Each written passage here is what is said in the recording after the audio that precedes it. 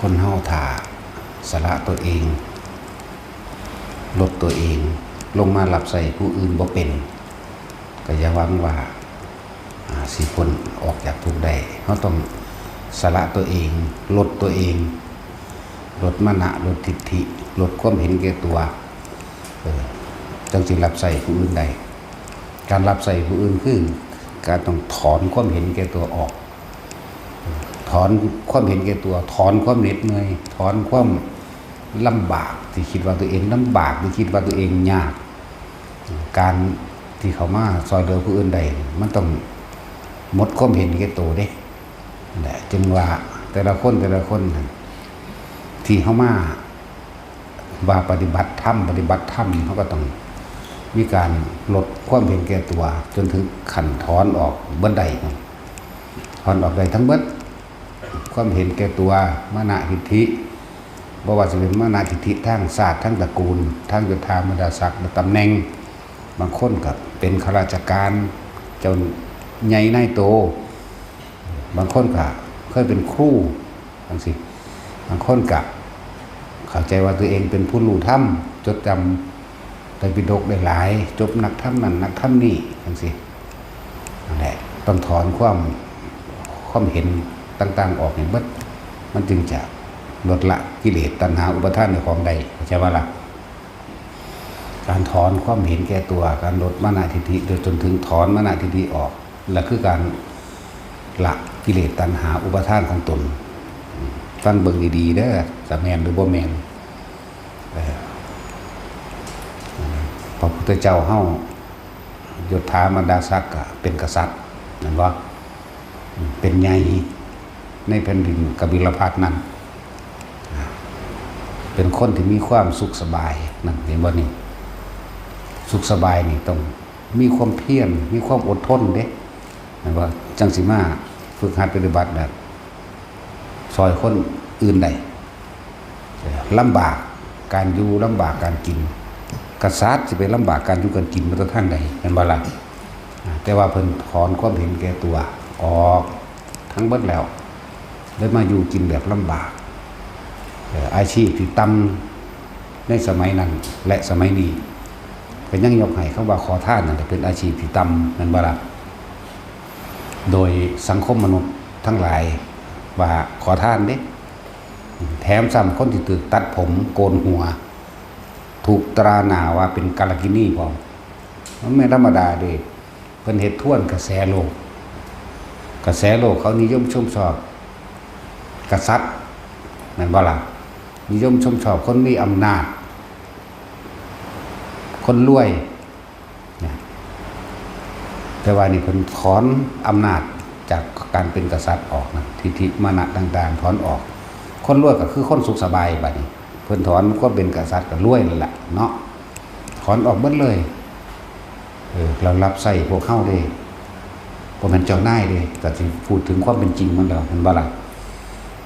แทนที่อยู่สุขสบายบ้าน3ฤดูปราสาท3ฤดูเนาะ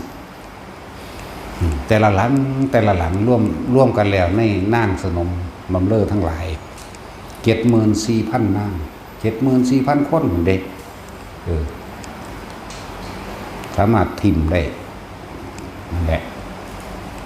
เดี๋ยวพวกเฮานี่มีหยังปานนั้นอยู่บ่เนาะแต่ผู้เดียวเตะเสกอยู่ก็ทิ่มบ่ได้ เนาะแต่คือเล่มเลอยู่ ตัดสินเด้หยึกอยู่เนาะหาคนก็ยำยางอยู่ นั่งถิ่มบ่ได้ความอดทนความพยายามและจึงบอกว่าถ้าเฮาบ่สามารถถอนความเห็นแก่ตัวถอนมานะถอนทิฏฐิถอนอัตตาต่างๆก็จะหวังว่าตัวเองสิละกิเลสตัณหาอุปทานในความใดเด้เฮาก็ต้องแต่เฮาก็ค่อยๆเฮ็ดไปเข้าใจว่าล่ะเฮาก็ค่อยๆทำไปนั่นแหละคนเฮาบ่เห็นทุกข์บ่เจอประสบทุกข์ก็บ่รู้เหตุแห่งทุกข์เด้ก็บ่เลยบ่รู้จักคำว่าธรรมะคือความจริงของชีวิตความจริงของคือชีวิตก็คือหาความจริงยั่งยืนบ่ได้ บ่มีอย่างเที่ยงแท้แน่นอนจากอย่างสุดท้ายสิ่งที่เขาควบคุมบ่ได้มันก็เสื่อมสลายไปอยู่แล้วแต่เขาเป็นทุกข์เพราะว่าเขาอยากควบคุมมันเนาะอยากให้มันเที่ยงอยากให้มันจีรังอย่างยืนอย่างเช่นว่าบ่มีผู้ใดอยากมีความสารภาพไปอยู่นี่มีผู้ใดอยากแก่ชรางงอกงอกบ่มีมีแต่อยากซ้ำ26 ปีจังแข็งแรงเนาะทั้งผู้หญิงทั้งผู้ชายอยากอยู่เป็นอมตะแบบนั้นนะแต่ว่ามันก็บ่อาจสามารถเพราะว่าความจริงโดยธรรมชาติมันเป็นของมันแบบนี้เขาก็เลยเป็นทุกข์คนที่บ่อาจสามารถรับได้บ่เข้าใจความจริงว่ากายนี่บ่เป็นของเจ้าของเขาอยากบังคับให้มันนุ่มเนาะก็เลยต้องหาเครื่องสำอางมาแต่งไว้ฉาบไว้ท่าไว้คนที่มีเงินขึ้นไปอีกแน่ก็ไปดึงหนังดึงยังให้มันตึงเสริมดั่งเสริมปากเสริมดาบเสริมหน้าท้องเนาะเป็นสั่นเด้ผมงอกก็ยอมรับว่าได้ย่อมอยู่เลยทั้งสั่นละแต่สิ่งนี้มันควบคุมบ่ได้บอกว่าบ่ยอมรับมันแต่เฮาก็พยายามควบคุมมันไปเลยเอิ้นทุกข์สภาวะสิจำต้องทนแต่ก็ทนได้ยากทั้งจำต้องทนและก็ทนได้ยากอีกเด้เพราะเฮาบ่เข้าใจความจริงของธรรมชาติมันเกิดแล้วก็ต้องแก่ต้องเจ็บต้องปวดต้องป่วยแล้วต้องตายพวกเข้านั่นเองพระพุทธเจ้าผ้าสละพวกเข้าสละได้สำใดเนาะอาหารยารักษาโรคเครื่องนุ่งห่มเครื่องอำนวยความสะดวกต่างๆอันใดที่พ่อซอยได้จริงๆเข้าสิสละสำใดโดยความเสียสละจริงๆโดยให้ท่านหรือจาคะการสละในความยึดมั่นถือมั่นว่านั่นเป็นของเราอาหารนั่นของเราเงินนั่นของเราข้าวนั้นของเราเสื้อผ้านั้นของเราและหลายๆอย่างของเราเนี่ยอยากบอกนะแต่ห้าสละออกแล้วนี่มันสละกิ่งอยู่บ่หรือมันเอาไปแหลกของส่วนมากแหลกของเด้เห็นบ่สัตว์บอกได้เลยเบิดทั้งบวชอยู่นี่จนทั้งคนเบิดตลอดทั้งโลกนี่ถ้าบ่มาฟังธรรมพระพุทธเจ้าบ่รู้เลยตั้งแต่เกิดมาเนี่ยต้องมีการขอถ้าว่าไปใส่บาตรให้ท่านต่างๆนี่มีการขอโหลดเนาะสาธุเด้อผู้ขาถูกพ้นยากให้ผู้ขาร่ำรวยให้ผู้ขาถูกหวยให้ผู้ขาถูกลอตเตอรี่ขนาดไปเฮ็ดน้ำบัตรผู้ขาถูกลอตเตอรี่สิมาสร้างให้ดอกบางสิก็มีแล้วก็มาว่าบ่ให้เก็บบ่ให้ปวดบ่ให้ป่วยบ่ให้พัดภาคจากสิ่งที่รักก็ว่าไปแถมสำนักขอไปหอดศาสนาอีกเนาะเกิดพบใดสัตว์ใดก็มาเป็นผัวเป็นเมียกันอีกมั่งเป็นพ่อเป็นแม่กันอีกมั่งเป็นลูกเป็นหลานกันอีกมั่งเกิดไปพบพ่อกันอยู่สวรรค์มั่งมันขอไปเงี้ยวๆดิขอให้ร่ำให้รวยขอให้หายป่วยขอให้ได้ยศถาบรรดาศักดิ์ให้สอบได้เป็นนั่นเป็นนี่เห็นไหมใส่ซ่อง100 เดียวนั่นแหละเนาะดีบ่ดีว่าพ่อ100 ดอก20 บาทก็เลยว่ามันว่าเนี่ยแม่นคำว่าสละความเห็นแก่ตัวเลยมันเพิ่มความเห็นแก่ตัวโดยไม่รู้ตัวพร้อมเดียวที่ขอนั่นขอนี่แลกนั่นแลกนี่เพิ่มได้นั่นเพิ่มบรรลุโตอะไรแต่บ่เข้าถึงธรรมจริงๆธรรมจริงๆของพุทธเจ้าแสดงนี่บรรลุจังว่าพวกเขาเกิดมาเนี่ยเคยสละยังขึ้นให้แก่โลกหรือยังเคยทำประโยชน์ให้ผู้อื่นโดยบ่หวังสิ่งใดตอบแทนหรือยังพวกเขานี่เกิดมานี่ใส่ต้นไม้ไปสักต้นแล้วบ่ว่าสิเป็นหญ้าน้อยๆไปสักก่อนใส่เลี้ยงสัตว์ต่างๆหรือเอาหญ้ามาเฮ็ดเป็นที่มุ้งที่บังใส่ต้นไม้มาเฮ็ดเป็นเครื่องของใส่ของประดับตลอดถึงการสร้างบ้านสร้างเรือนพวกเขาเคยปลูกทดแทนขึ้นหรือยังต้นไม้ที่เขาตัดไปนับได้บ่เนี่ยเอาสิ่งที่ทุกคนต้องผ่านในมื้อนี้แหละบาดมาทำบุญกันบ่แม่นที่บัดมีก็ขอกับขอตะพื้นตะพื้นไปเนาะบอกตามพุทธเจ้านะเวลาให้ทานบ้างแบบใดบ้างคิดแบบใดมันจึงสิไปทางพระนิพพานใดนั่นบ่ล่ะมันถ้าบ่ฟังพุทธเจ้าจริงๆบ่รู้เด้อย่าหวังผลในทานอย่ามีจิตผูกพันในผลแห่งทานอย่ามุ่งการสังสม ในความอยากได้อยากดีอยากมีอยากเป็นหาที่สุดที่ประมาณบ่ได้เดี๋ยวความอยากได้ดีมีเป็นเนาะแต่ถ้าว่างจิตเป็นกลางเนี่ยโดยการให้ท่านนี่คือเป็นการช่วยเหลือหรืออนุเคราะห์ผู้อื่นโดยไม่หวังสิ่งใดตอบแทนว่างจิตเป็นกลางสมณะชีพราหมณ์ทั้งหลายเป็นผู้หุงหาอาหารบ่ได้เข้าสมควรให้ท่านกับบุคคลทั้งหลายนี่บุคคลทั้งหลายเรานี่บ่เบียดเบียนไผนี่แต่ก็ว่างท่านลงไปใส่บาตรหรือให้สิ่งของอะไรหนึ่งเนี่ยมันเกิดมีประโยชน์กับผู้คนหลับเองส่วนตัวเองน่ะบ่ขอบ่หวังเข้าใจบ่ล่ะวางจิตเป็นกลางคือบ่ขอคือบ่หวังดิบ่อยากได้หยังพวกนี้ต้องประกอบด้วยการฟังธรรมเห็นโทษแห่งการยึดมั่นถือมั่นเด้มันจังท่านเป็นเข้าใจบ่ล่ะถ้าบ่เห็นโทษแห่งความอยากได้อยากดีอยากมีเป็นท่านแบบนี้บ่เป็นเด้โอ้เป็นเพราะว่ากูขอนี่เป็นเพราะว่ากูอยากได้นั่นอยากได้นี่กูก็เลยต้องแสวงหาสิ่งที่อยากได้นั่นแล้วกูก็เลยเที่ยวเป็นวายแต่เกิดเป็นทุกข์กับสิ่งที่แห่งบ่ทันนี่มีบ่แม่นแค่นั้นเด้เป็นทุกข์แม้กระทั่งสิ่งที่มีอยู่แล้วเด้เห็นบ่ล่ะทุกข์น้ำเลือดสวนไรหน้าทุกข์น้ำหัวบ้านเข้าใจว่าล่ะเดี๋ยวเขาก็ยับแดนในจักเด็กจักน้อยเดี๋ยวเขาก็เฮ็ดเสาหนึ่งมาแน่ฝังไม้แน่พิษกันน้ำแดนหน้าแน่แดนไห้แน่แดนเฮือนแดนบ้านแน่สิ่งที่มีอยู่ที่เฉพาะบ่มีผู้ใดเบียดเบียนตัวเอง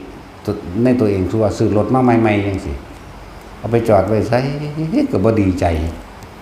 เนาะทุกเพราะสิ่งที่มีเป็นห่วงย่านเขาลักย่านเขาขูดสีย่านตากแดดย่านสารพัดนั่นแหละเป็นทุกข์เพราะสิ่งที่มีและสิ่งที่ยังไม่มีเข้าใจว่าล่ะนี่จะทุกข์กับทุกข์เนาะสาเหตุทุกข์คือพวกเจ้าอยากได้คือพวกเจ้าเป็นห่วงพวกเจ้ากังวลอยากให้มันเป็นแบบนั้นแบบนี้นั่นแหละสาเหตุมันจึงบอกว่าทุกข์กับสิ่งที่มีอยู่แล้วกับสิ่งที่ยังไม่มีสิว่ายังมีเมียอยู่แล้วก็ยังหวงเมียไหมเนาะหวงว่าล่ะทั้งสั้นเดียวผัวคือกันหวงคือยังหนีไปก็ดีกูได้มาเอาผัวกูสิมาหักคอมันอีบูดว่าโอ้มันกี่ไรปานนั้นบ่มันสิจะเอาแต่ผู้เดียวแท้เนาะเอาผู้อื่นบ่ได้บ่เมื่อกูนึกว่าสะอ่อนได้กูเอาผู้โลดกูเอาผู้อื่นก็ได้เนาะบ่อึดไหมใช่แล้วมันธรรมดาด้วยความยึดเนาะผัวกูเมียกูลูกกูนั่นกูนี่กูนั่นแหละเราจะเรื่องว่าหลายๆอย่างที่กูของกูทรัพย์สมบัติทั้งหลายที่สร้างมาหรือหามาหรือยังก็แล้วแต่มันบอกจีรังอย่างยืนดอกแต่สิบอกอันหนึ่งก็ดีเนาะโดยแล้วแต่เป็นเหตุแห่งทุกข์ทั้งหมดแต่จะลืมว่าทุกสิ่งทุกอย่างเขาเป็นสร้างเราก็เป็นผู้สร้างเองทำลายเราก็เป็นผู้ทำลายเองทุกอย่างเริ่มต้นจากเฮาเบิดเลยเกิดขึ้นจากจิตใจของเฮาเองเบิดเลยนั่นแหละบ่มีผู้ใดสร้างทุกข์ให้เฮาเด้นั่นบ่ล่ะบ่มีผู้ใดทำลายตัวเฮาเองได้นอกจากตัวเฮาเองอีกฉะนั้นเฮาเป็นผู้นำตนเองเด้อเอาอีหยังนำทางก็เอาธรรมะนั่นแหละแสงสว่างใดเสมอด้วยปัญญาความรอบรู้ในกองสังขารในสิ่งทั้งหลาย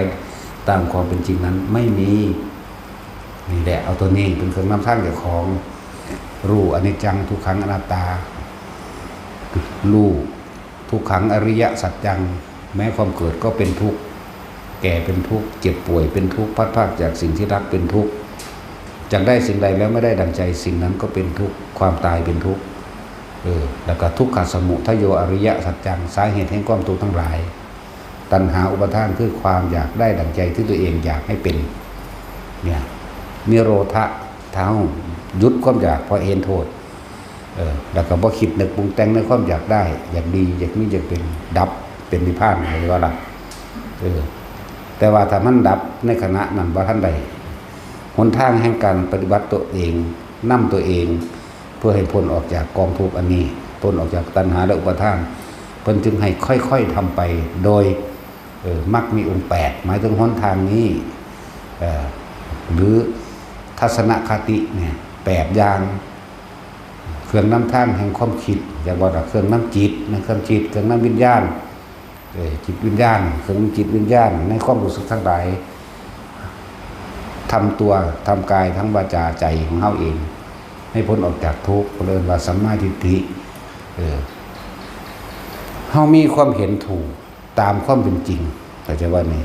เห็นว่าสัตว์โลกเป็นไปตามกรรมเห็นว่าสรรพสิ่งทั้งหลายทั้งปวงเป็นของไม่จีรังยั่งยืนไม่เที่ยงเกิดดับเห็นว่าทุกข์ก็ไม่มีใครสร้างให้สุขก็ไม่มีใครสร้างให้ตัวเราเองสร้างเนี่ยนี่คือการเห็นตามความเป็นจริงแล้วก็สัมมาทิฏฐิแล้วก็สัมมาสังกัปโปดำริแปลว่าคิดในขณะปัจจุบันดำริชอบประกอบตามความเป็นจริงการดำริชอบว่าตาเขาเห็นดอกบัวเอาไปบูชาพระกันนะนี่ก็ว่าดำริชอบเพราะว่าบ่เบียดเบียนภัยอยู่แล้วมาละหรือดำริชอบในขณะที่เห็นคนอื่นเริ่มตกทุกข์ได้ยากกูสิซอยเขาจังไดน้อนี่ก็ว่าดำริชอบคิดตามความเป็นจริงโดยบ่เบียดเบียนอีกเห็นบ่นี่ที่ซอยเหลือสัตว์ต่างๆซอยเหลือคนต่างๆสิหลายๆอย่างนี่แหละว่าดำริชอบหรือเฮาสิทำโครงการอันใดอันหนึ่งเพื่อสิให้มันเกิดประโยชน์ต่อมนุษย์และสัตว์เห็นบ่คิดสิเฮ็ดอันนั้นอันนี้กันนะเพื่อมันเป็นประโยชน์นะโดยไม่เบียดเบียนพร้อมนี่ว่าดำริคือในหลวงเพิ่นโครงการพระราชดำริเห็นบ่ล่ะเพิ่นคิดขึ้นมาเพื่อสิสร้างประโยชน์ต่อมวลชนนั่นแหละเมื่อสัมมาทิฏฐิสัมมาสังกัปโปสัมมาวาจาการเว้าอิหยังก็ตามคำพูดประกอบไปด้วยประโยชน์โดยไม่เบียดเบียนพร้อมเด้นี่คือหนทางสิไปนิพพานได้จากบัดนี้ดับทุกข์เด้ถ้ายังมีความเบียดเบียนอยู่นั่นมันไปบ่ได้มันมีเครื่องขวางมันมีความกังวลอยู่ก็เลยพูดสิ่งใดก็ตามพูดแต่ความจริงพูดแต่ความจริงสัมมากัมมันโตเนี่ยการกระทำตามความจริงโดยชอบธรรมคือบ่เบียดเบียนคือเก่านั่นแหละสัมมาอาชีวะก็ประกอบอาชีพที่ไม่เป็นเครื่องขัดขวางหนทางพระนิพพานในการดับทุกข์เดี๋ยวบ่ล่ะไม่ค้าสัตว์ไม่ค้ามนุษย์ไม่ค้าเนื้อไม่ค้าเหล้าไม่ค้าอาวุธเดี๋ยวบ่ล่ะเนี่ยไม่ค้ายาพิษนี่6อย่างคำว่ายาพิษคือยาฆ่าแมลงต่างๆก็ว่ายาพิษเฮาไปฉีดเพี้ยฉีดแมลงต่างๆก็จะว่าล่ะนี่ก็ว่ายาพิษพอเอาไปเบื่อคนก็ตายคือกันว่าล่ะกันแล้วเบื่ออย่างนั้นนี่ก็ได้ยาพิษอาวุธทุกชนิดไม่ว่าจะเป็นอาวุธที่ฆ่าคน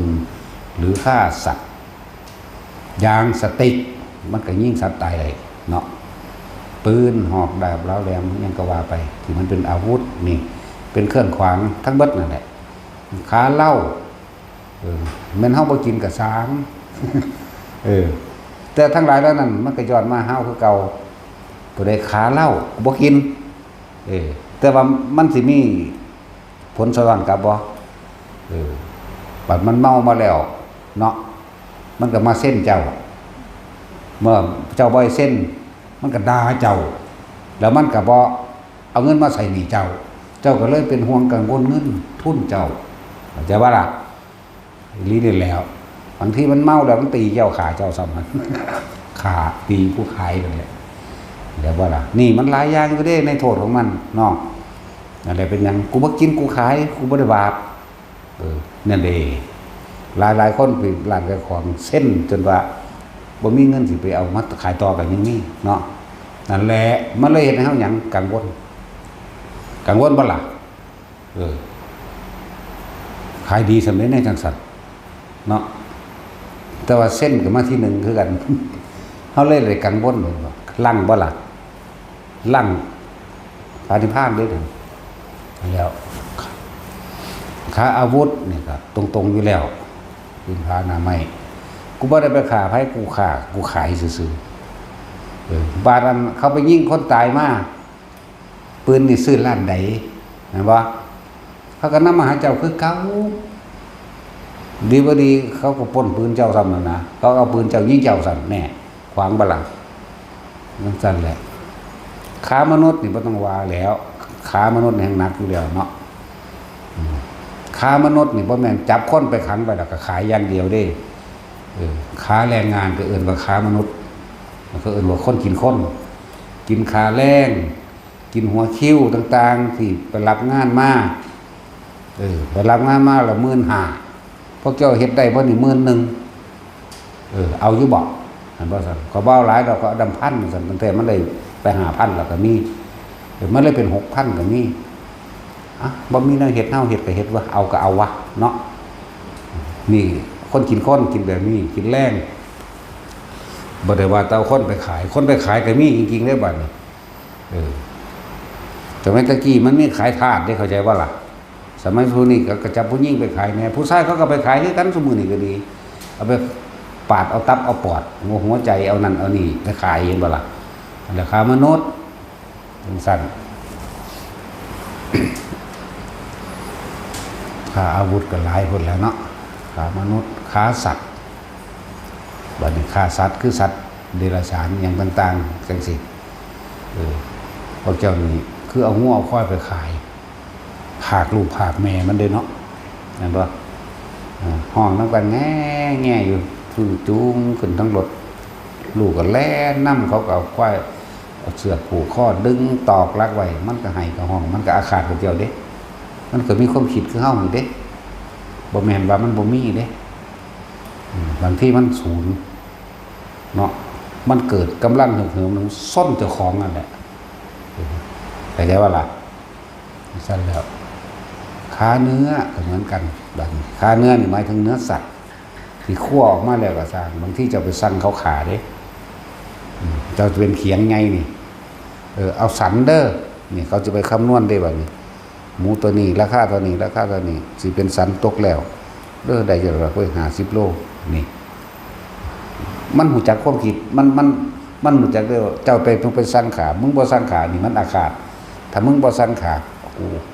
เขาก็บ่ขากูไปนั่นนี่เด้สิคิดเด้ว่ามันบ่มีอาฆาตจากว่ามีเด้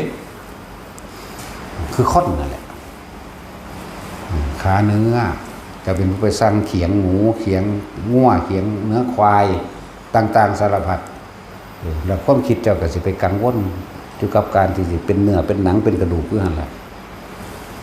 ะนี่คืออาชีพที่ขวางหนทางแห่งพระนิพพาน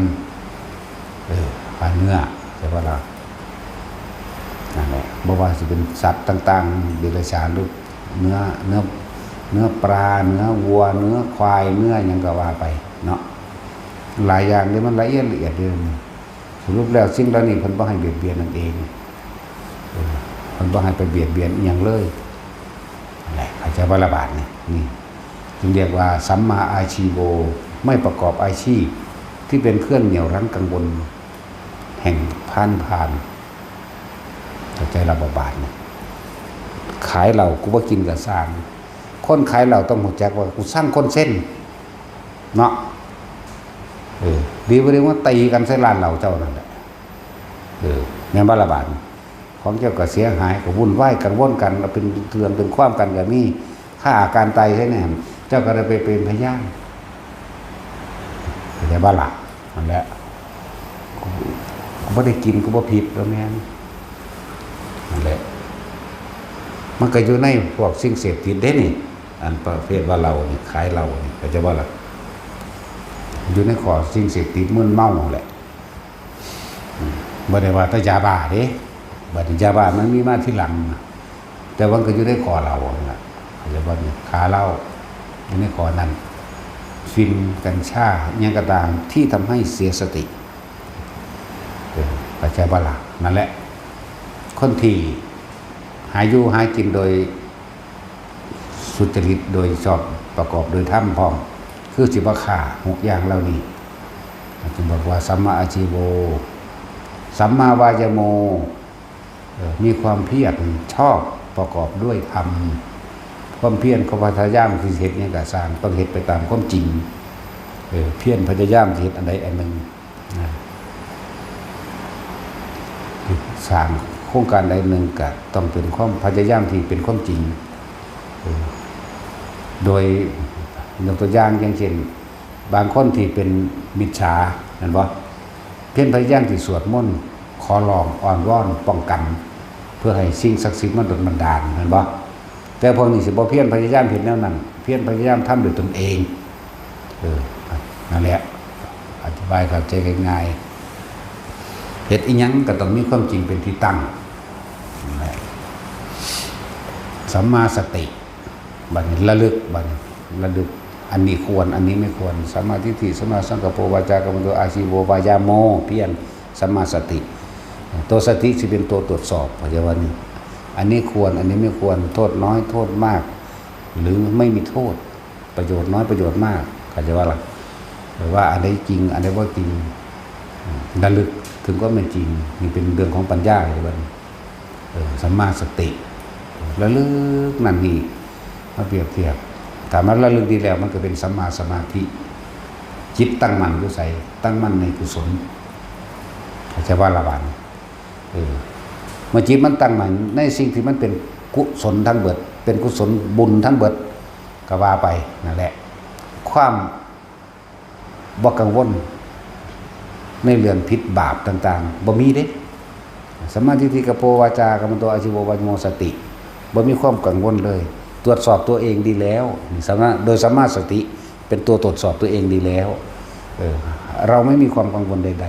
ๆเลยเกิดเป็นความสบายใจจิตใจมันสงบมันเลยเป็นสัมมาสมาธิเสียว่าละบาดเป็นสัมมาสมาธิของมันจิตมันก็ตั้งมั่นกับสิ่งที่เป็นกุศลนั่นแหละ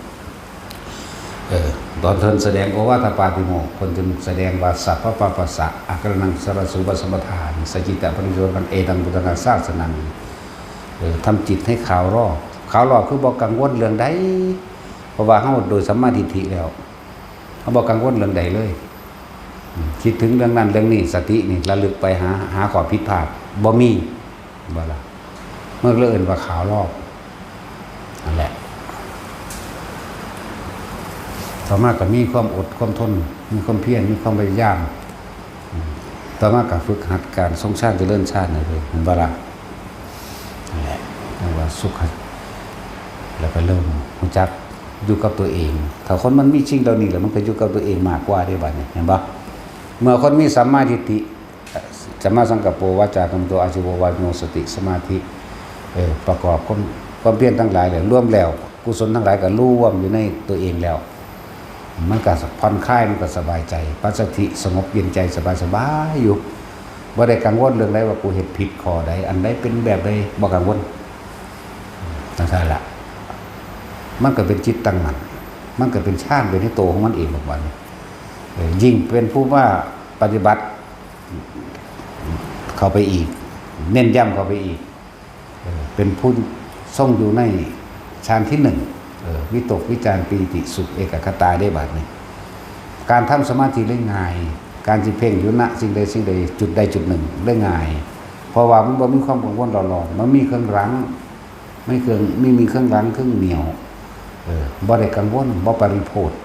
เรียกว่าบ่กังวลกับหยังสบายแหน่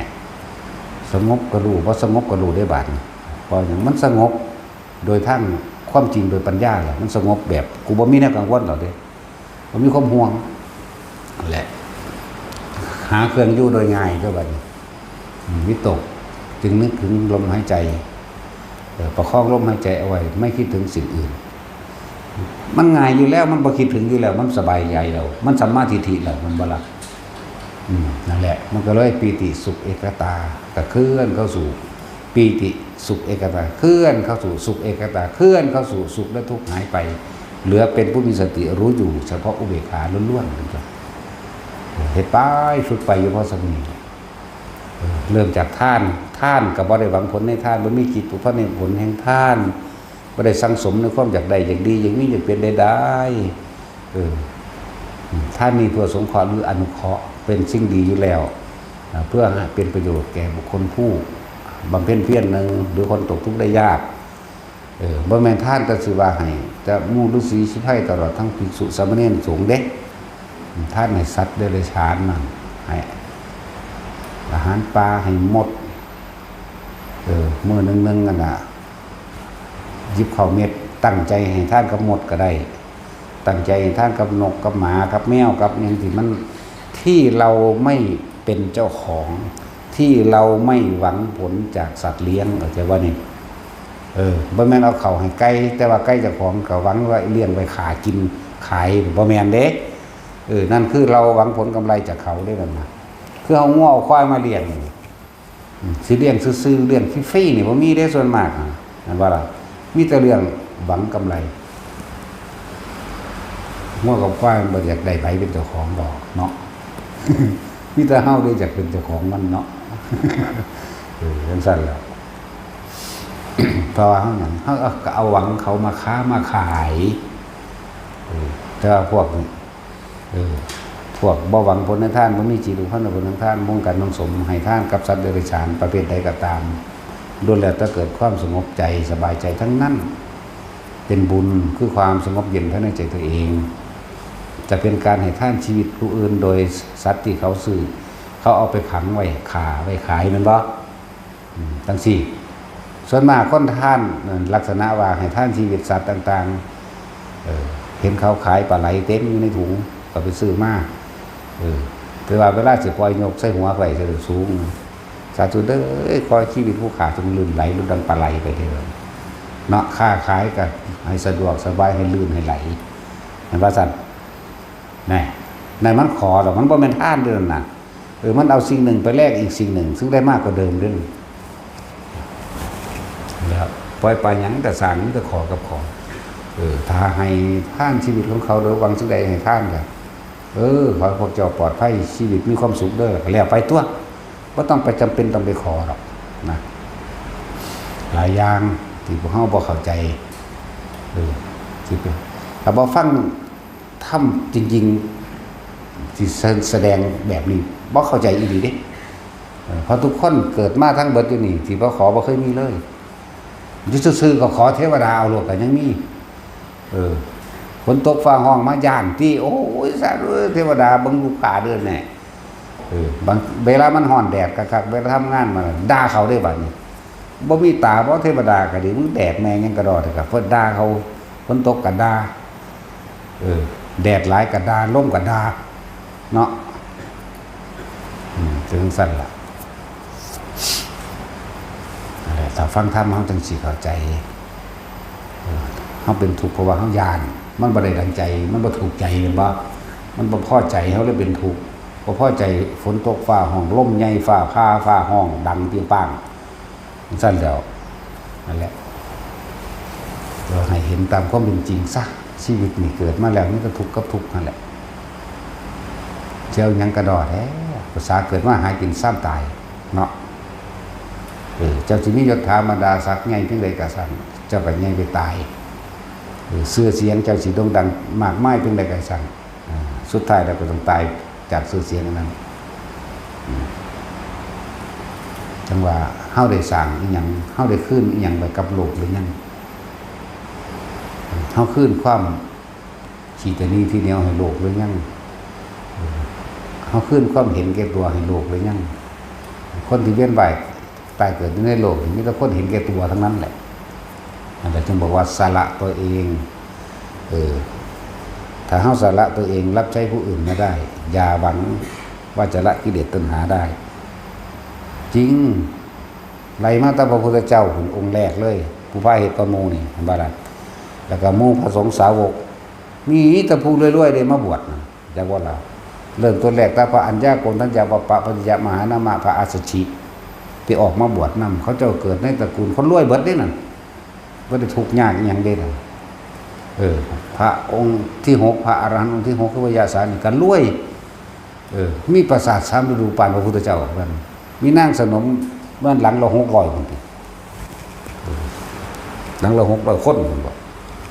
นี่เศรษฐีเด้นี่แล้วก็หลานของอิหยังล่ะพระนารกะเนาะหลานของพระยังหลังฤาษีนั่นน่ะกาลเทวินดาบทน่ะเขาบ่ได้ทุกข์เรื่องนั้นก็ดี บวชแต่อายุยังน้อยยังหนุ่มแต่16 ปีบวชรอพระพุทธเจ้าทั้งสั้นแล้วก็เป็นคนที่ปฏิบัติลำบากกว่าหมู่เลยเนยยะปฏิปทาบ่แม่นธรรมดาเด้โมเนยยะ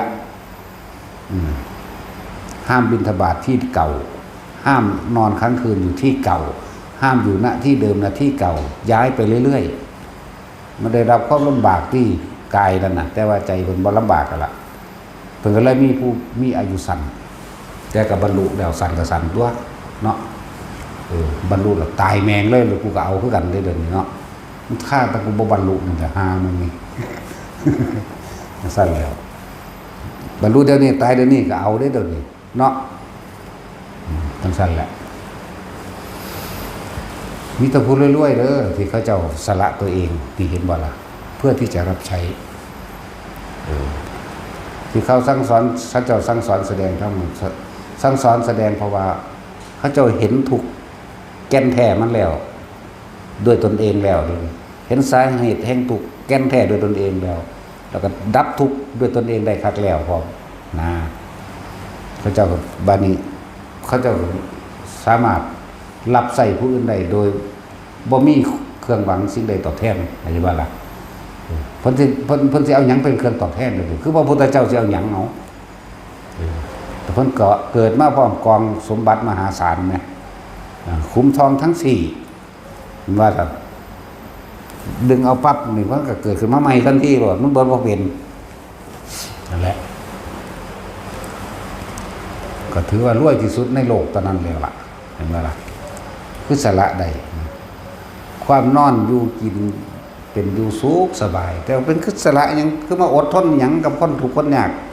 เห็นบ่ล่ะแสดงทำไปเขาด่ากูก็แสดงเข้าใจว่าล่ะเขาด่ามาได้ก็ยิ้มนั่นแหละเขาด่าแบบนั้นแบบนี้สารพัดเขากีดเขาขวางเขาเอาหนามมาขวางทางดูถูกสารพัดสารเพทั้งที่คนดูถูกบ่ได้เศษเสี้ยวเพิ่นได้บาดนี้เศษเสี้ยวถ้าเว้าเรื่องโลกก็ดีเพิ่นเป็นเจ้าฟ้ามหากษัตริย์นั่นบ่แน่คนที่ไปด่าโอ้ยภาษาชาวบ้านของเพิ่นเองได้หั่นแน่แต่สิเว้าแต่ว่าเพิ่นเป็นหยังคือพยายามที่ถ่ายทอดความจริงถ่ายทอดความทุกข์และเหตุทุกข์และหนทางดับทุกข์ผู้อื่นยิ้มจังซั่นโอ้จังหวะธรรมดาเด้จังหวะความเสื่อมถอยในลงแห่งการแสดงธรรมย่อมไม่มีแด่องค์สมเด็จพระสัมมาสัมพุทธเจ้าทุกพระองค์ความเสื่อมถอยในลงย่อมไม่มีแห่งการแสดงธรรมนะจะบอกพวกเจ้าก็คือผ้ากันทองเลยนัตถิธรรมเทศนายะหานินัตถิวิริยัสสาหานิอาจจะว่าละวัน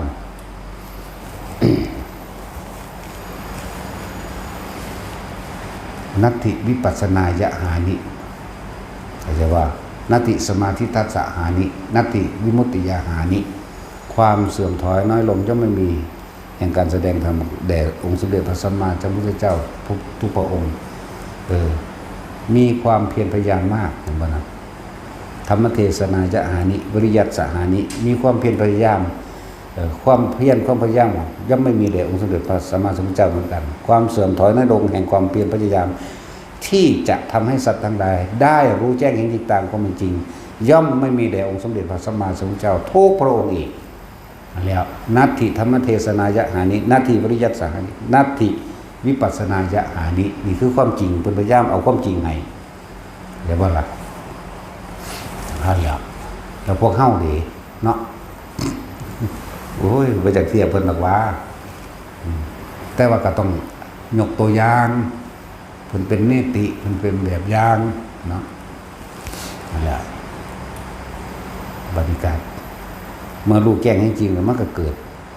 สมาธิตั้งมั่นมาด้วยนัตติสมาธิทัสสะหานิ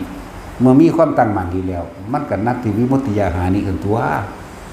บุคคลผู้มีความตั้งมั่นเมื่อจิตตั้งมั่นไม่หวั่นไหวแล้วเนี่ย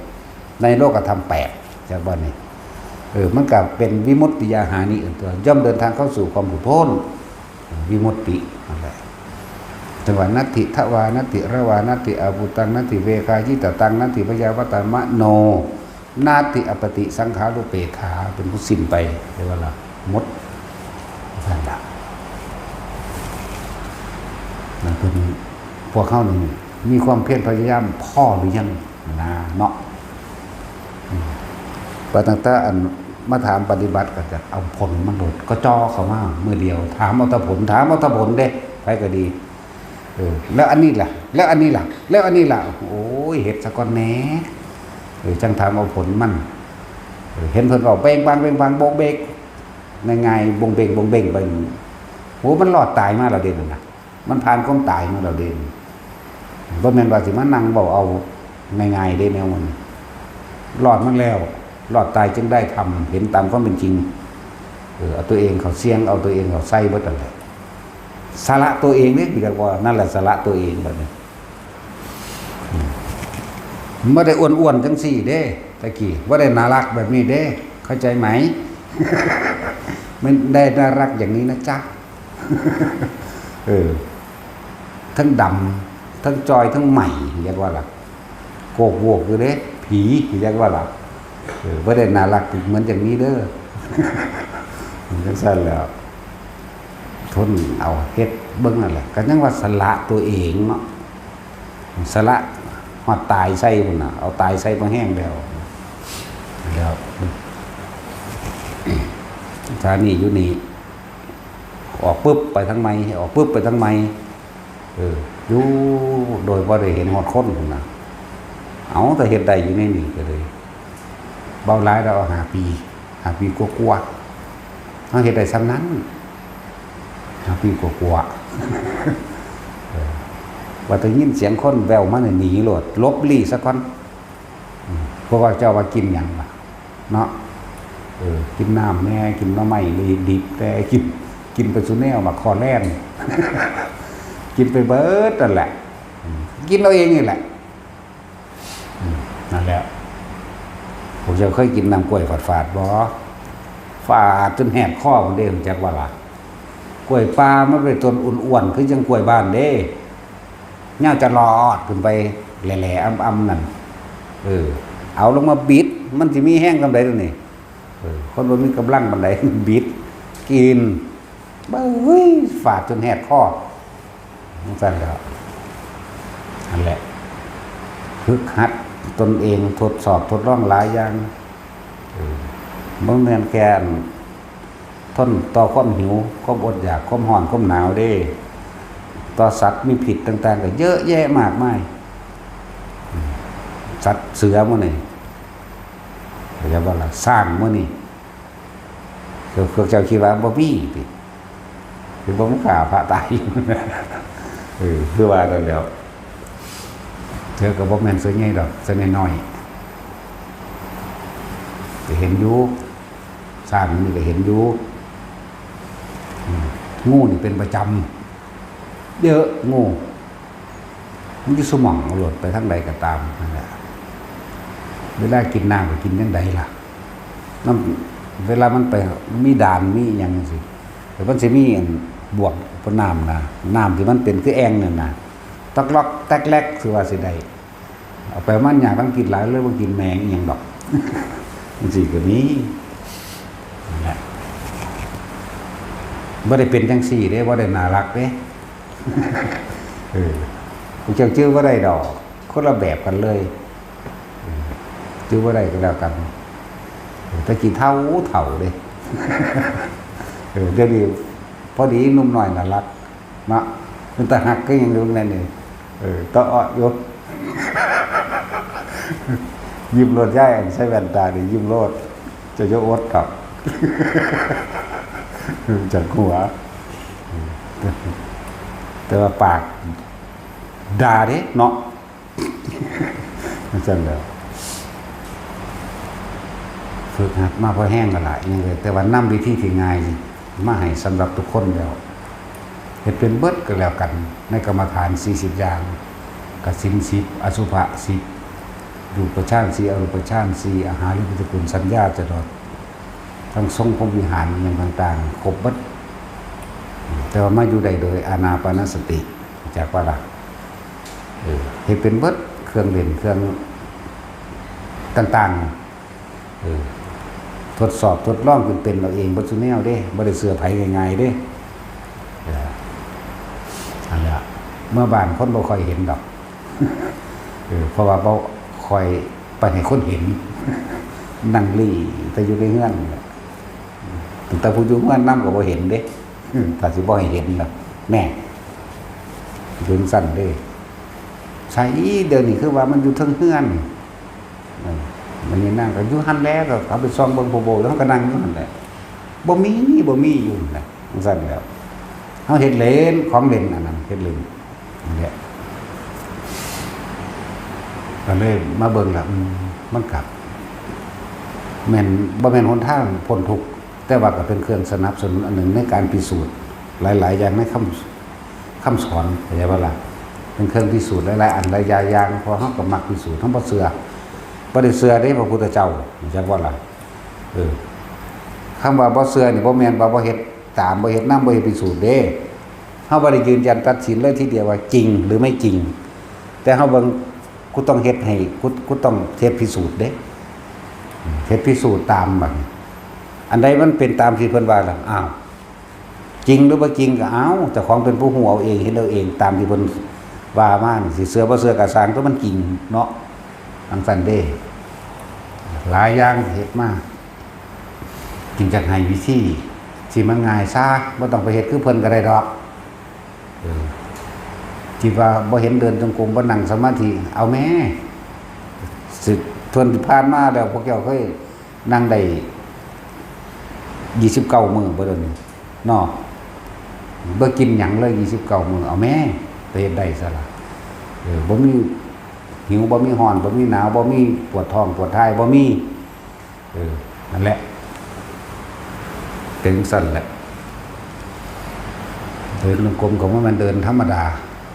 เดินจะว่ามันล้มลงเอาเองกับเดินเฮ็ดมาเบิดแล้วล่ะมันคุ้มเดี๋ยวมันอยากได้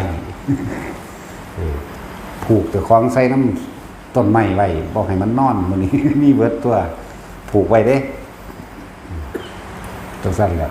เผลอรับยังไดก็ตั้งไม้เผลอรับยังไดก็ตั้งไม้มาจับใส่ลมหายใจอานาปานกูต้องเฮ็ดให้บ่ได้ภายใน7มื้อบ่แม่นติอันอื่นๆเฮ็ดเป็นเบิดแล้วมันคือบ่อันนั้นอันนี้แท้บ่ย้อนขึ้นหลังพระพุทธเจ้าเพิ่นก็ยังคิดถึงตอนที่เพิ่นนั่งอยู่ห่มว่าเพิ่นเข้าสู่สมาธิฌาน1 2 3 4แล้วบัดนี้เบิ่งในหลักสูตรว่าผู้ใดทำสติให้ต่อเนื่องในอานาปานสติมีผลอย่างเรียกว่า7มื้อแม่นบ่ล่ะ7มื้อย่างกลาง7เดือนย่างซ่า7ปีแม่นบ่แต่ของก็เล่งเอา7มื้อนี่แล้วบ่แม่นติสิว่าสิไปจั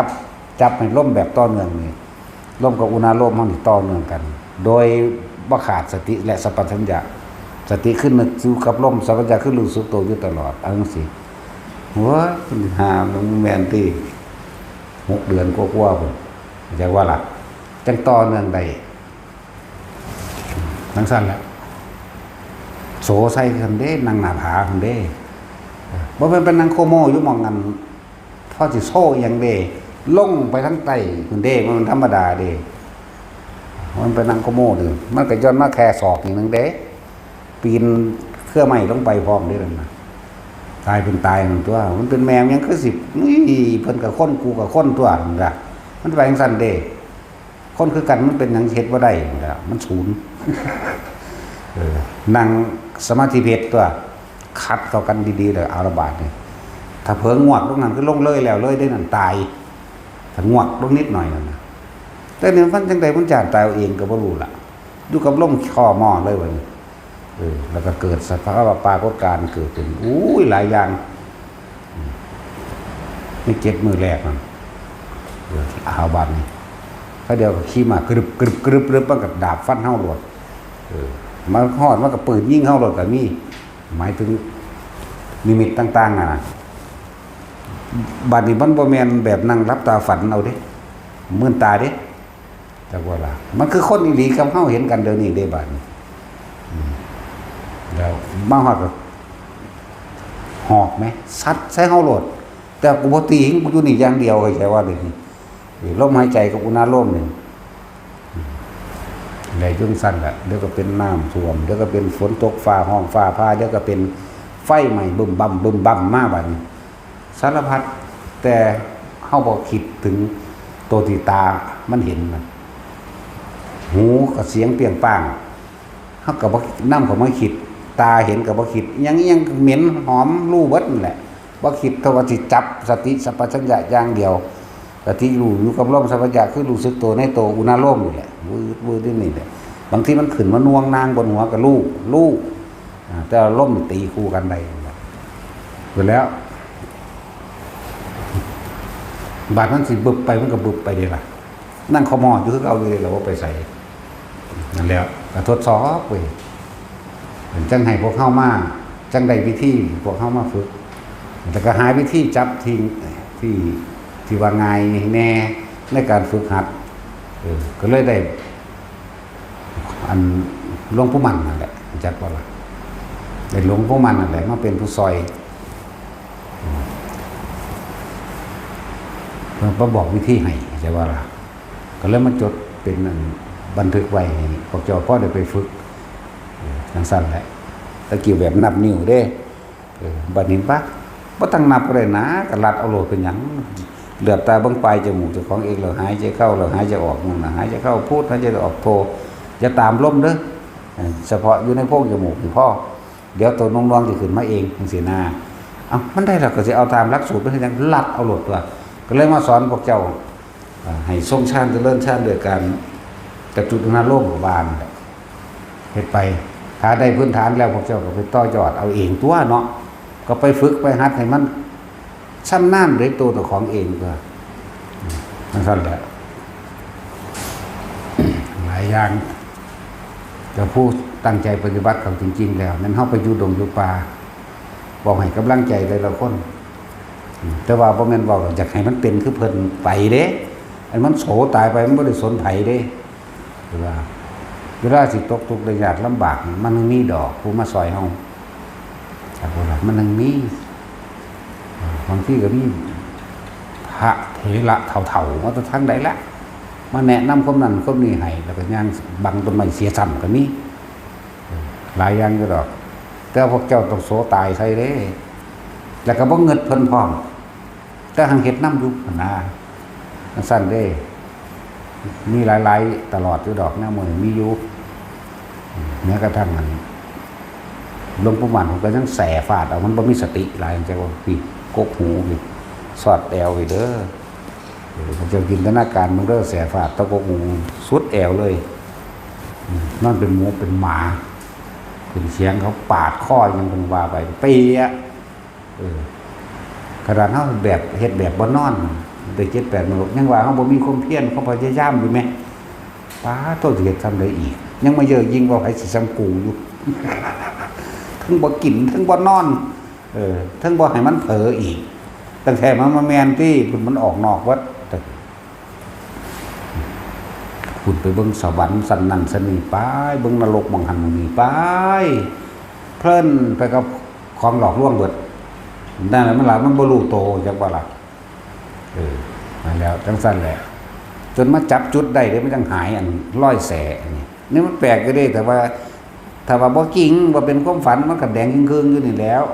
มันก็แสบอยู่จังซั่นตลอดนะจนกว่ามาจักเคล็ดลับมันหายก็หายไปซื่อๆเอาเองนั่นแหละโดนมืออยู่เด้จังเริ่มมาตั้งอันนี้แล้วบัดนี้ลมหายใจกับอุณหภูมิบัดนี้โอ้นะมันปานนั้นเผลอหงวกคุณหงวกพี่อยู่จังว่าหลับน้อยๆก็บ่ได้เพิ่นให้นักตั้งใหม่เด้บ่แม่นเฮ็ดเอามือเด้เฮ็ดเอาสติสัพพัญญะเฮ็ดเอาสติสัพพัญญะบ่ได้กำหนดเวลาบ่ได้มีการตั้งสัจจะแต่ว่าให้ตั้งสติบอกไปกำหนดนั่นกำหนดนี่กำหนดคือกำหนดสตินึกถึงลมนี่ล่ะสติก็เลยแปลว่านึกถึงสัพพัญญะคือความรู้สึกตัวนี้บางทีมันก็ขึ้นพี่อยู่นั่นแหละอยู่จังสั่นเกิดนั่นเกิดนี่ขึ้นก็บ่ไหวไปน้ำมันคือเก่าเด้มีคือเก่าแสงวาบมากนี่แจ้งสว่างเบิดผืนป่านั่น เห็นจริงๆน้ำต้นไม้กลางเว้นก็เป็นอันเก่าอยู่กลางคืนที่มันแสงมากก็เป็นอันเก่าอยู่เพราะมันเห็นขนาดนั้นแล้วก็เริ่มเข้าใจแล้วว่าจะตามแสงนั้นไปหมายถึงความคิดว่าแสงนั้นมาจากไสเป็นหยังคือไผของเทวดาบอกหรือของเป่าพุ่มบอกหรือของนั้นของนี้บอกหลายอย่างได้ในการที่มันไปหูไปเห็นเท่านั้นงูตัวบักใหญ่ซ้ำกกตาลนี่ก็มีได้บ้างซ้ำเงาตาลพี่เวลาเพิ่นลงมามันลงมาแต่ละเท่านั้นเครื่องข้างฟืดลงมาเลือดลงมาจักสิเอิ้นว่าเสียงหยังเฮานี่ล่ะไปก็บ่เฮ็ดหยังด้วยล่ะก็เฮาบ่ความคิดของเฮาบ่ออกบ่ไปปรุงกับมันกล้าก็บ่มีกลัวก็บ่มีตัวมันก็เฉยตัวหลายอย่างก็จะผ่านได้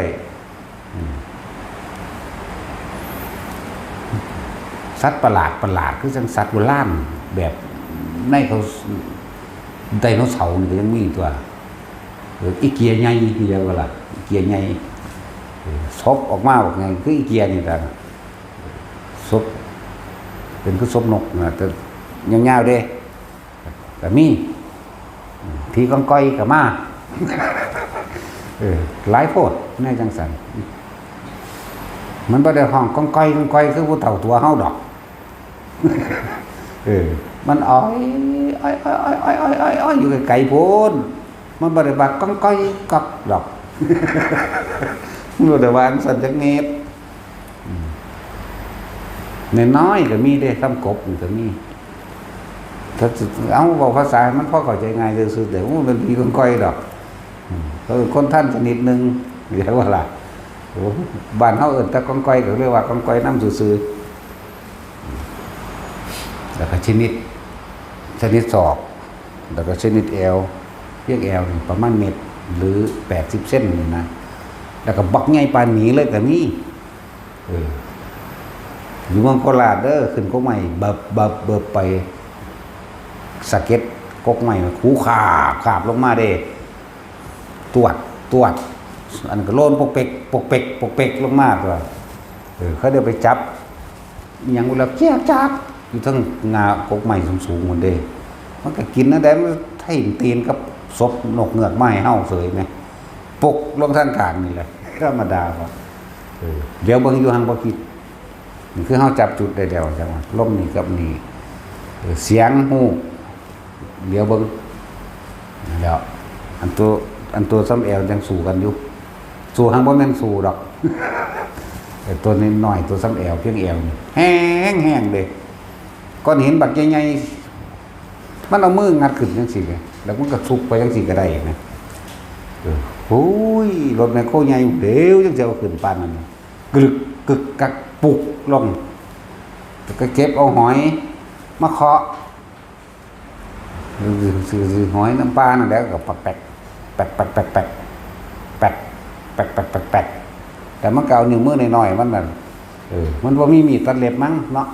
มันเลยตัดแหลมดีอยู่ก็กินแล้วมันก็ชัดถิ่มงัดอันใหม่มากินปูเสียงยำแคบเด้อกินปูก็กินทั้งนั้นแล้วแต่แปลกอยู่ว่าบ่แย่งไฟใส่คือเห็นดีแหละบ่ได้ไปส่องไฟเบิ่งเด้แต่เห็นเฉพาะในโตมันทั้งบ่แม่นออกแสงเข้าใจบ่บ่เป็นแสงออกมาเด้แต่ก็เป็นเห็นโตนั่นแหละและอันนี้น้อยก็มีค่านี่แหละคือว่า9 เส้น 10 เส้นนี่นึงแม็กก็มีเด้แปลกประหลาดคือหยังคือเห็ดนี่ก็มีจังแม่นหางจังสิว่าเป็นจังไดและไปเห็นมันเบิ่งไผก็ดีเขาจะว่าพรายน้ำสร้างน้ำน้อยนี่ก็เห็นก็มีเด้เอามือเข้าไปส่วนจังซี่ก็ได้โอ้ยซ้ำมันนี่แหละนี่ซ้ำโปรตีนซะไปโอ้มีง่ายอีหลีมีแบบสร้างแต่ว่าตัวใสๆแปลกอยู่เอามือไปส่วนมาคิดว่าคือปลาชนิดหนึ่งจังซี่ก็เห็นก็มีนี่แหละก็จะเห็นออกปลาบางที่เนาะบ่ออกปลาจากเสือจุดใต้ได้เฮือนจุดใต้ได้ห้องแล้วมันจะไปเห็นบ่แนวมันนั่นเหมือนบ่ล่ะจักว่าเฮาคุยอุตริอวดคุณวิเศษที่บ่มีในโตไว้อีกล่ะก็มันก็บ่มีมันก็อยู่หม่องอื่นพุ่นมันก็อยู่น้ำปลาน้ำดงพุ่น ถึงมิติของมันเวลาของมันมันก็เป็นไปตามเวลาของมันเลยแล้วก็ให้ฟังเว้าบ่ได้ได้บัดนี้เดี๋ยวสิมีผู้ว่าเนาะว่าก็สร้างลูกเขาอีหามดอกดารับไว้ก่อนเนาะเจ้าของพวกว่าปฏิบัติส่วนมากก็คือพวกอยู่ในเฮือนอยู่ในอันสาบเล่นโทรศัพท์อยู่ซื่อมาแสดงอันความเห็นนั่นนี่ออกจากเฮือนก็บ่ได้ก็บ่กล้าอยู่มันสิไปรู้จักแม่มันหยังเนาะนั่นซั่นแล้วธรรมะมันต้องภาคสนามจริงเด้มันสิได้แต่ว่าพวกเฮาบ่ต้องไปปานนั้นก็ได้ดอกปานไปยากได้เลยมันมีเจ้าของเนาะเจ้าของ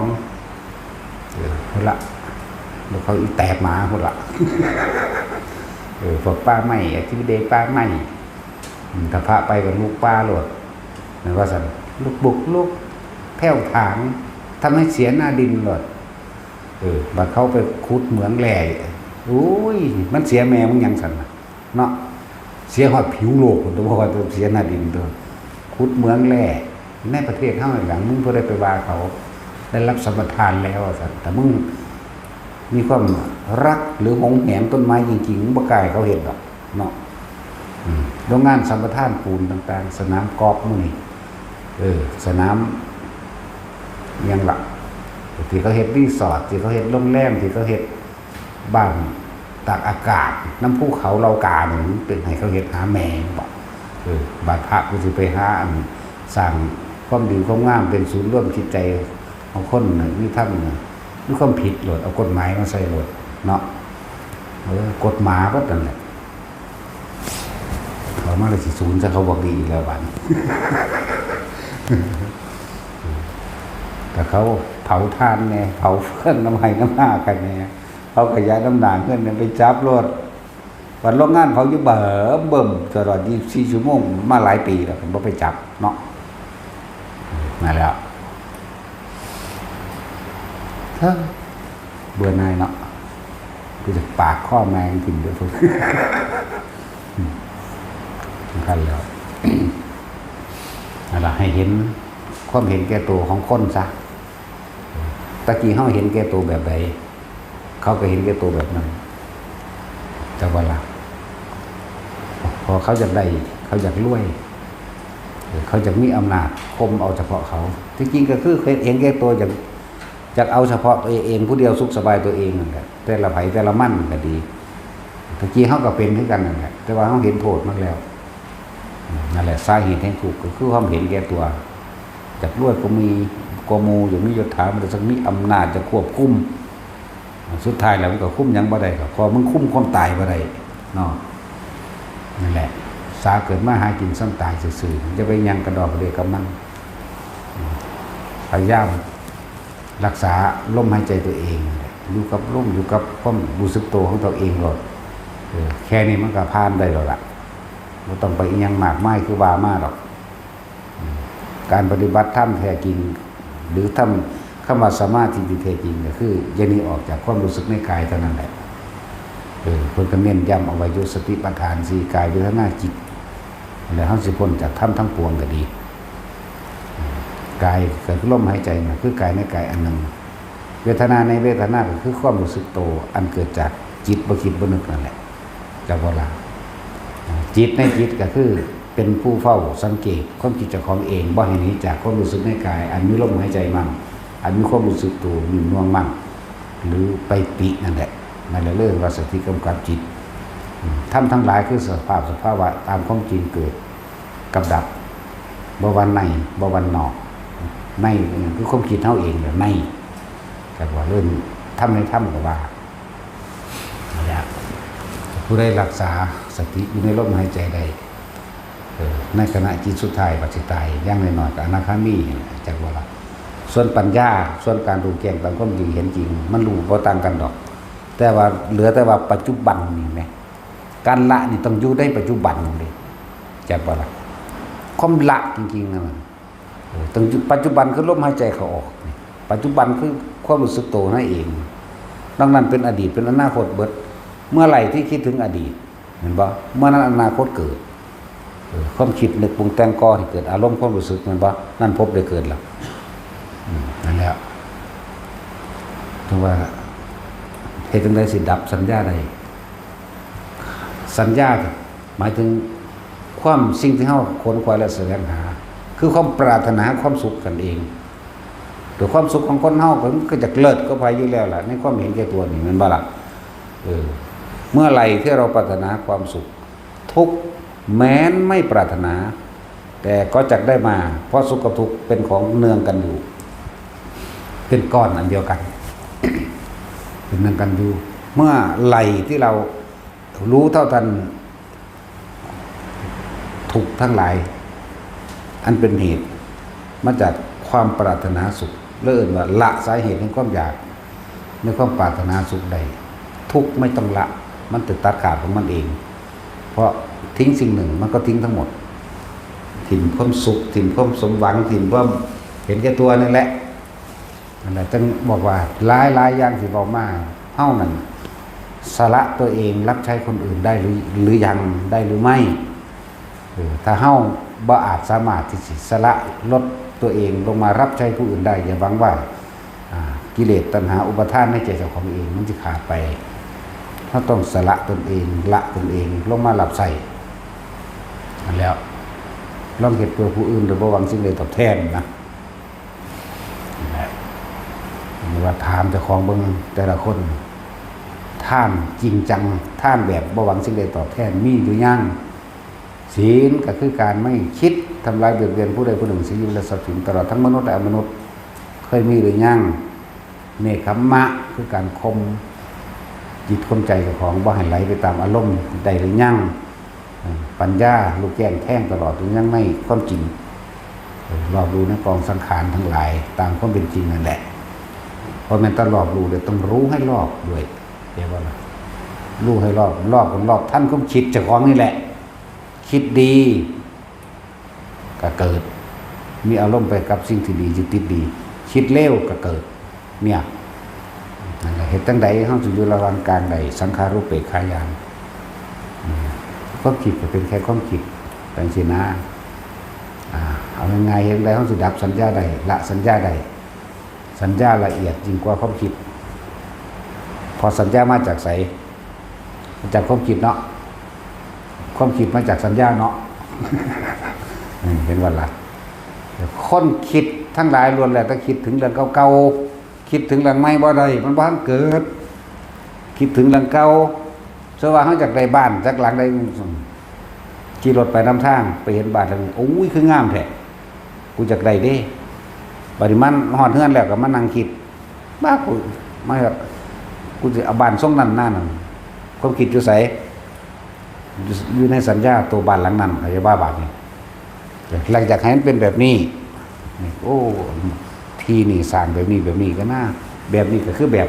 ความจำมานั่นแหละมันบ่ล่ะแล้วเกินละอันนั้นนั่นแหละมีเทียบมาฟังง่ายๆพวกเจ้าคิดถึงบ้านดูเห็นปั๊บโหลดเนาะนั่นแหละสัญญาถ้าบ่คิดปรุงแต่งต่อในความจากใดดีมีเป็นอย่างแล้วมันก็ดับแล้วเด้นั่นคือจังเฮาเปิดอัลบั้มรูปเบิ่งนี่เด้อเปิดปั๊บโอ้อันนี้ผู้มื้อนี้หมู่เรียนป .1 ป .2 ป .3 4 5 6 7เปิดนี่แต่บ่คิดแต่ว่ารู้อยู่บักนี้ซื้อวางสิอีนี่ซื้อวางสิเปิดติ่มไปซื่อๆนี่เรียกความรู้สึกตัวมันรับประกันเจ้าของอย่าเปิดเบิ่งไปก็ฮู้อยู่นี่ล่ะแต่ว่าบ่คิดสวดตาไปโอ้คิดฮอดมึงแฮงก็เป็นห่วงมึงเด้มึงอยู่จังไดน้อความรู้สึกออกจากตัวแล้วไปมีความรู้สึกเป็นห่วงกังวลกับผู้อื่นล่ะนั่นแหละเกิดพบเกิดไม่ใช่ว่าล่ะมีเทียบฟังง่ายๆคือว่าเฮาขี่รถไปนำทางเฮาเลยเห็นสายไฟเสาไฟอยู่ในวัดแต่ว่าเฮาก็บ่คิดนึกปรุงแต่งหยังมันเลยกับสายไฟกับเสาไฟนั่นว่าล่ะนั่นระดับสัญญาก็เห็นอยู่ได้แหละว่าเสาไฟยังว่าเสาไฟกับสัญญาแต่ว่าความบ่คิดนึกปรุงแต่งโอ้ยหกแมงมันก็ต้องมีเหตุแมงแนวใดศูนย์ใส่เขาเกิดแล้วนั่นแหละปรุงแต่งสัญญาก็ว่าเห็นนั่นคือเสาไฟนั่นแหละมันสิเห็นตาตรงๆนี่มันซื่อว่าจังซี่เห็นบ่ล่ะนั่นซั่นแล้วถ้าเฮาอยู่ในร่มกับ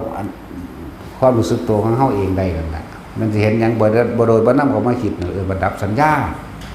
เวทนาก็เกิดว่าได้นิโรธะจบแล้วเพราะนี่นั่นจังบอกว่า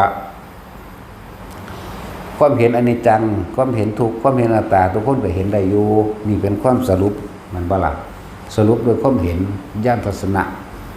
ก็ว่าไปแต่จังใดมันสิอยู่ปัจจุบันขณะใดนี่แหมจังสิดับสัญญาใดปัจจุบันคือลมหายใจเข้าออกสติคือลมหายใจเข้าออกเว้าเรื่อยๆอยู่กับทุกๆคนเวลาเกิดหยังขึ้นเหตุการณ์หยังขึ้นก็สร้างให้พวกเจ้าตัดด้วยลมเด้อมันสิดับเองบ่แม่นว่าต้องละอย่างนั้นต้องทำอย่างนี้เด้ก็มาลมหายใจกับความรู้สึกตัวปั๊บมันละล่ะมันเคยแซ่อยู่กับลมกับคักบ่ว่าไผก็ดีนั่นบ่ล่ะนั่นแหละจึงจักเลยล่ะโอ้สุขสันใดที่จะเสมอด้วยความสงบไม่มีอีกบ่ล่ะจังซั่นก็บ่มีอีหลีเพราะมันบ่มีอีหยังให้มันให้สุขให้ทุกข์อีหยังกับมันอีกแล้วแต่ว่ามันเลยไปแล้วนั่นแหละเพิ่นเลยว่านิพพานังปรมังสุขขังมันเป็นความสุขอันเป็นละเอียดละอ่อนลึกซึ้ง